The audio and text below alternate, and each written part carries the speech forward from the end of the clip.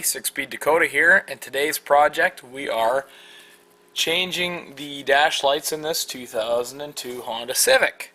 So all you really need are a flathead screwdriver, or a flathead Phillips head screwdriver, and these little light bulbs that cost about 10 bucks each from Honda.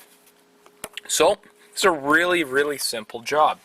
So if you're looking at the gauge cluster here, you have two screws. You have, oh come on focus, you have one right here and one right here on the opposite side. So we'll take those out. But first what I like to do, so I like to pull the steering wheel down, which it already is, and out as far as possible.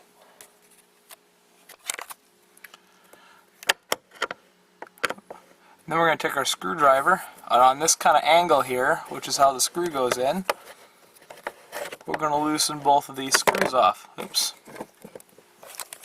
Okay, so once we got those two screws out, you get a flat blade screwdriver and carefully get underneath here and pry that out so it pops on both sides.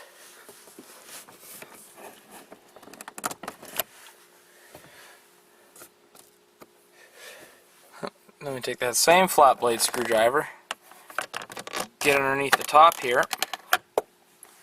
Now you see that the whole bezel cover wants to come out. So you have to pull this out bottom first, or else it's going to get stuck on this little post here. I apologize for the light, I don't have a very good light in here.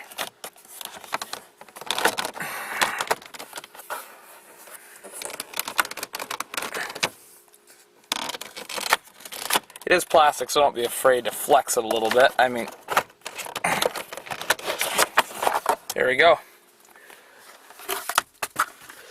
Now, you'll see, what the hell's the matter with my camera today? There we go. 1, 2, and 3 screws. So you're going to need to remove these, and they're all Phillips.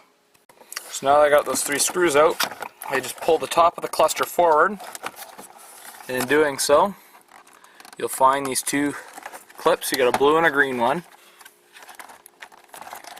So squeeze the tab, pull that out, and do the same for this one. There we go.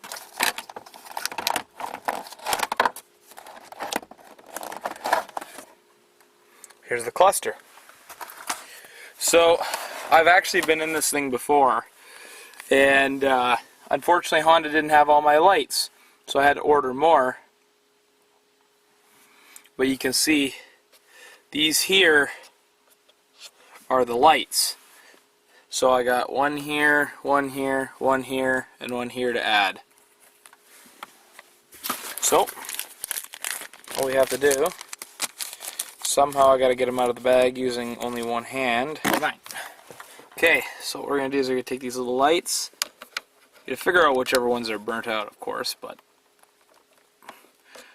I'll leave you to figure that out yourself. Now, if you absolutely need to, you can pry this little white plastic cover off.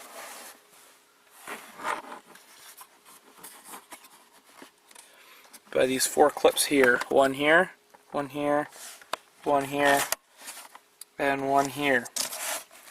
So once you got this guy pop loose, then you got 3 more clips here on the bottom you can get with flat blade screwdriver, and then just pull the whole cover off.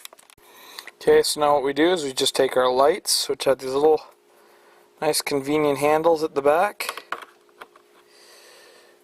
put it in, turn.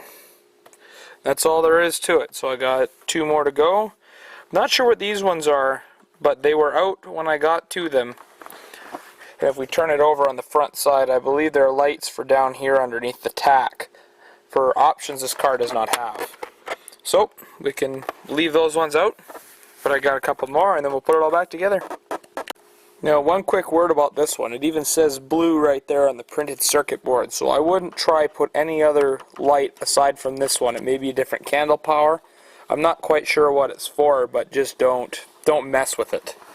If it's burnt out, then obviously you're going to need to put one with a blue cap in it. I'm not sure if that's for the security key switch or whatever, but Now what I'm going to do is I'm going to tip it forward here. I'm going to put it in here. And I'm just going to connect these. Now you don't want to stress these too much because there's that plastic piece is still off of it. There we go. Oops. That supports the back of the printed circuit board like that. So we're verifying our repair before I send it off. So now what we're going to do is we're going to turn the lights on and all the lights light up. So now it's just time to put it all back together. When I originally got this car, the first time, it was all these lights were all burnt out for some strange reason. So if I turn the key on, I wonder if that blue light is for that parking brake. I guess we'll find out. So notice how all the lights are bright, and when you turn on the headlights,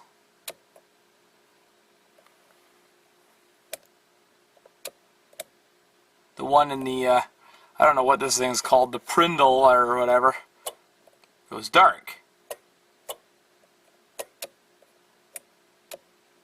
That's what should happen.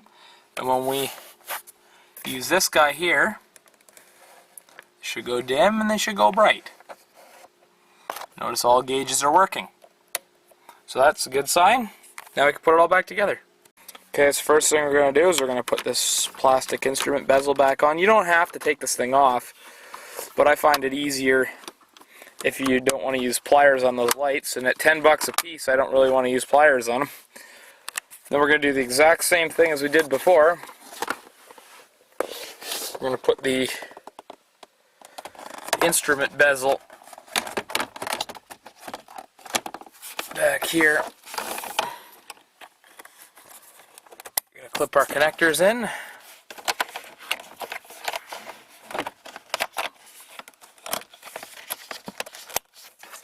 Now, depending on how long your screwdriver, your Phillips screwdriver is, you may need a stubby one to get that screw up there.